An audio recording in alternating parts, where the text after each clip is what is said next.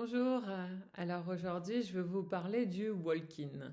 Le walk-in c'est quoi? Eh bien c'est un échange standard d'âme, j'ai envie de dire, parce que le corps est encore potable et puis eh ben, quand l'âme a fini sa mission, eh ben, la chose qui lui reste à faire c'est de mourir pour retourner à sa source. Sauf que bah, si le corps il est encore potable, eh ben, ce serait dommage de gaspiller la viande comme on dit.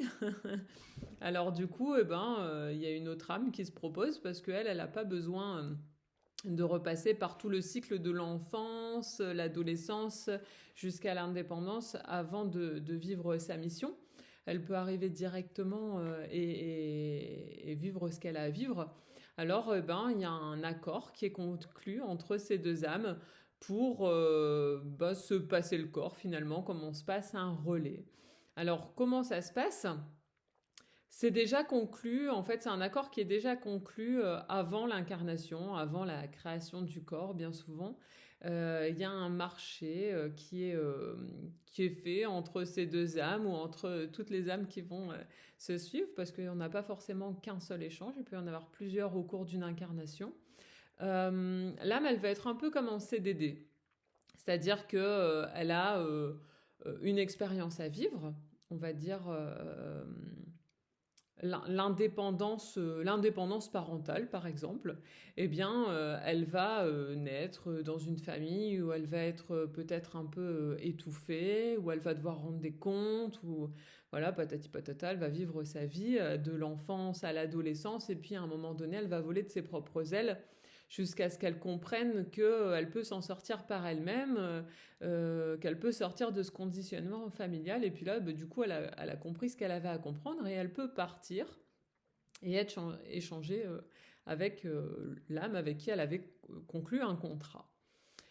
Ça peut être une âme issue de la même boule à facettes. Ce que j'appelle une boule à facettes, et ben, c'est, imaginez, là, je vous fais un petit dessin pour que ce soit plus facile. C'est très schématique, très symbolique, mais on va dire que on est cette boule à facettes et que dans cette boule à facettes, eh bien ici, je vais venir m'incarner en tant que Mélanie, par exemple. Et Mélanie, de 0 à 25 ans, par exemple, eh bien, elle avait quelque chose à comprendre, à vivre, et puis elle avait aussi, on va dire, une période qu'elle pouvait prolonger en fonction de son expérience. C'est-à-dire que si à 25 ans, admettons le contrat, il était de 0 à 25 ans, c'est un CDD de 25 ans, et ben si l'expérience elle n'a pas été comprise au bout de 25 ans, et ben on peut prolonger le contrat. Hein. Ça c'est possible aussi. Mais on va dire que elle s'est donné un temps max pour y arriver. Donc elle est là. Et puis elle a compris ce qu'elle avait à comprendre, donc elle retourne à sa source, mais en même temps, bah, le corps, on ne le laisse pas sans rien. Donc le transfert, il se fait à côté du corps ou dans le corps. Euh, et il y a une autre partie, donc là, ici par exemple, où elle va s'incarner en tant que dans le corps de Mélanie aussi, donc elle deviendra Mélanie numéro 2, de 25 à je sais pas quel âge, ou peut-être jusqu'à la fin, parce qu'elle a autre chose à comprendre ou à transmettre, peu importe, ça c'est sa mission à elle. Donc ce sont deux facettes de la même boule, de la même âme, de âme avec un A majuscule. On pourrait dire que c'est une âme avec un A majuscule, et puis ça, ce sont des âmes avec un A minuscule, par exemple. Hein, qui font partie de cette même complétude qu'on appelle aussi la conscience supérieure. Donc, c'est une version peut-être euh, améliorée, qui va lui permettre de grandir, qui va lui apporter d'autres choses. On pourrait même dire que c'est une ascension vibratoire ou voilà une mise à jour vibratoire, peu importe. On qualifie ça comme on veut, mais du coup, il n'y aura pas vraiment un gros changement de personnalité. Il y a juste quelques mémoires qui vont être comme les mémoires de quelqu'un d'autre. C'est-à-dire que quand on a fait un walk-in, eh bien, on a peu de souvenirs de son passé, notamment de son enfance.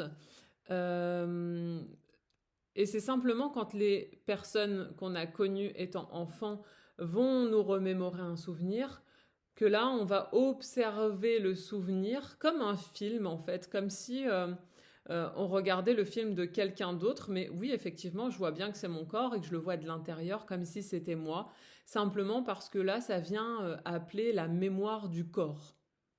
Donc on est connecté en tant que euh, walk-in, hein, parce que le walk-in c'est celui qui vient, le walk-out c'est l'ancienne âme qui s'en va, out à l'extérieur hein, en anglais. Donc le walk-in il bénéficie de la mémoire du corps de ce que le walk-out a vécu.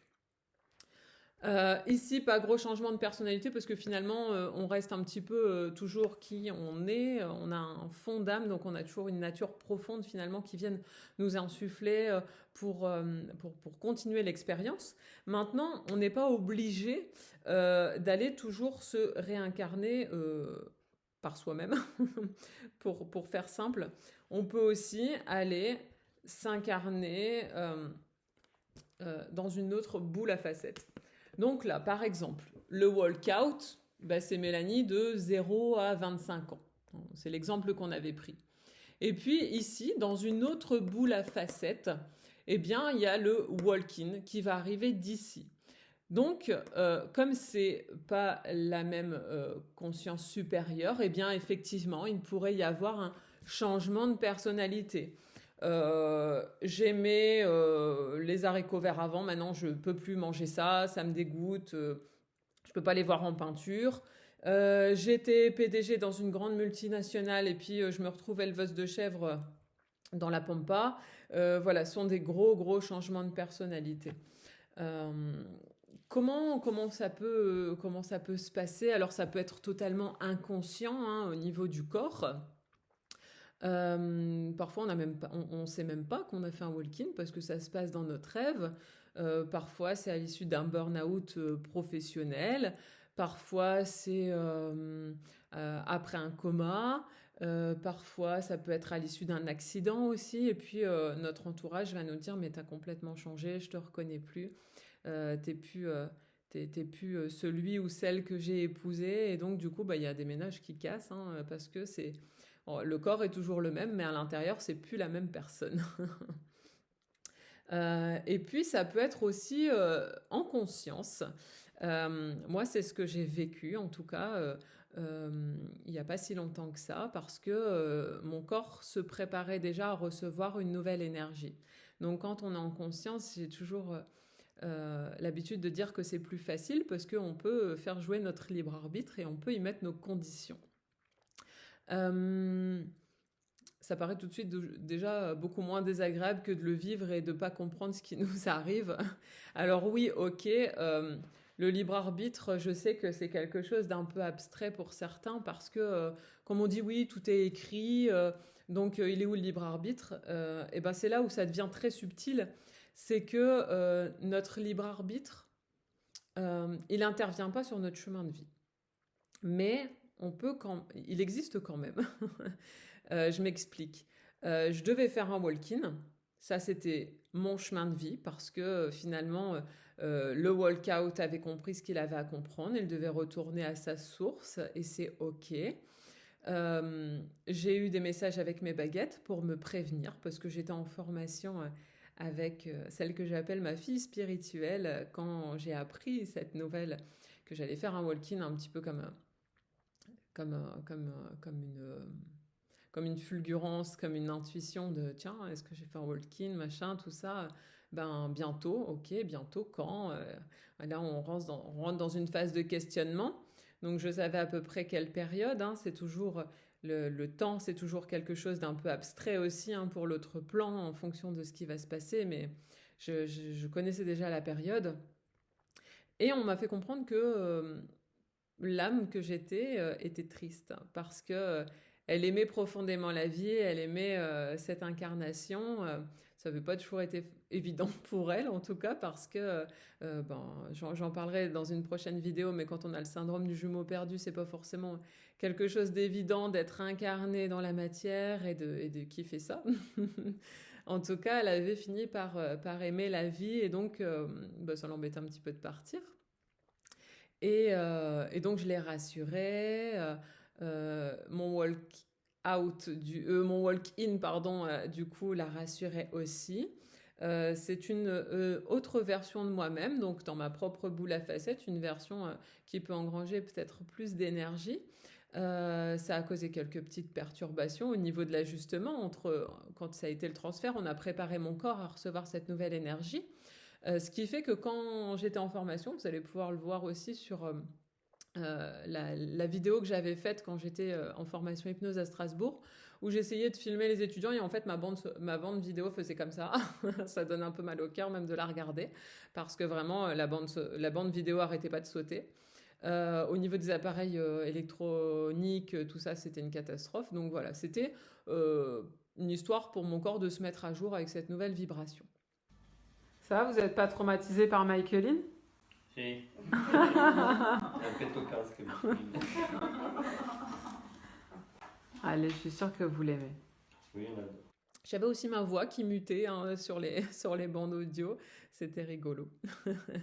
Donc voilà comment ça s'est manifesté au niveau de la mise à jour. Et puis, je suis allée faire un atelier sonothérapie à Calais. Et là-bas, je découvre que j'ai éclaté un bol de cristal qui correspond au chakra de la gorge. Alors forcément, ça m'a fait royalement chier, mais ça m'embêtait profondément. Et puis, je me suis dit, bon, il y a quelque chose à comprendre, c'est un message symbolique. Le chakra de la gorge, eh bien, c'est celui qui connecte la tête au corps.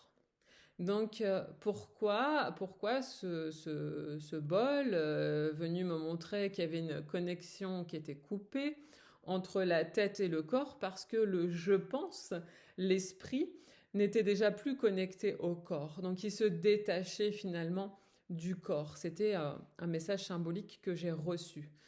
Ensuite, j'ai repris la route pour rentrer chez moi. J'ai 1h30 de voiture.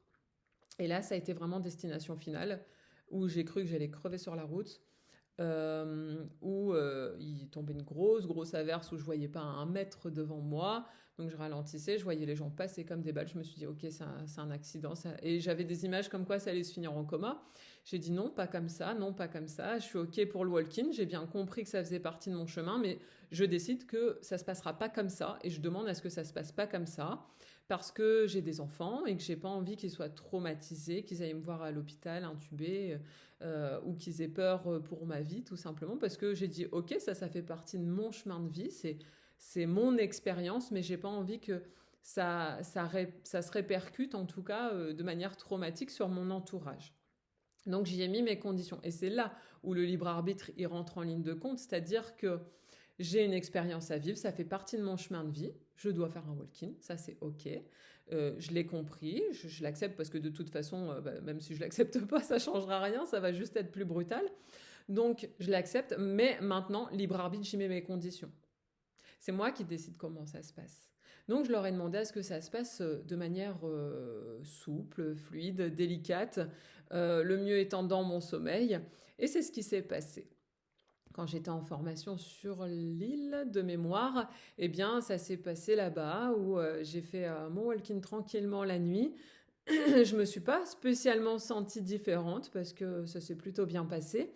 Et puis le lendemain, comme j'avais prévenu ma sœur, qui sait tout ce qui se passe d'un côté spirituel, parce qu'elle est un petit peu aussi dans la même vibe que moi, et ben elle m'envoie un message ce jour-là. Alors elle savait pas quand, elle savait pas où, elle savait juste que j'allais faire un walk-in.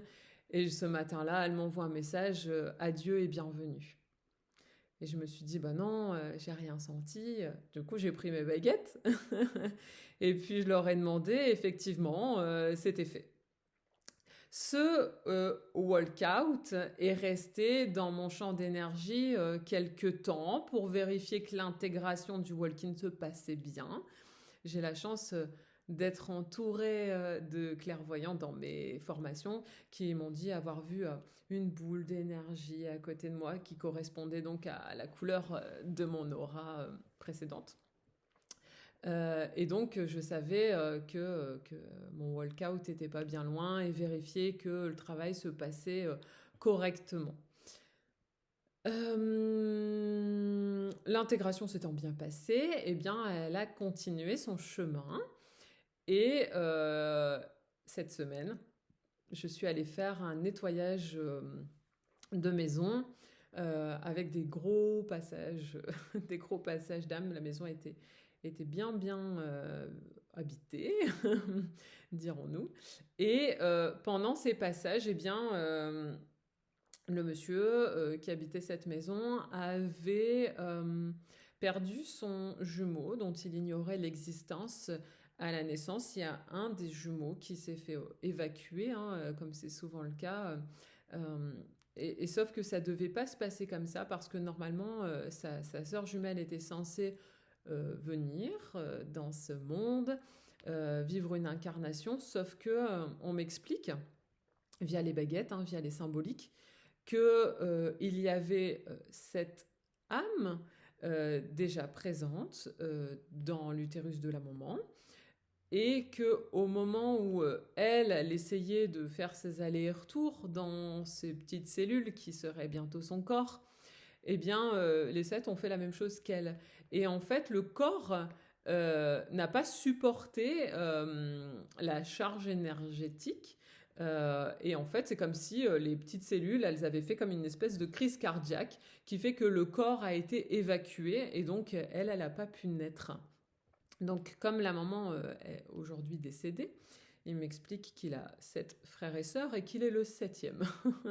Donc c'est très drôle parce que moi je ne le savais pas, bien sûr, l'histoire de ses frères et sœurs. Et effectivement, eh bien, s'ils sont avec lui dans son champ d'énergie, c'est parce que comme c'était le dernier, ben, il fallait venir avec lui parce que sinon après c'est tout, quoi. Pourquoi je raconte ça du coup ?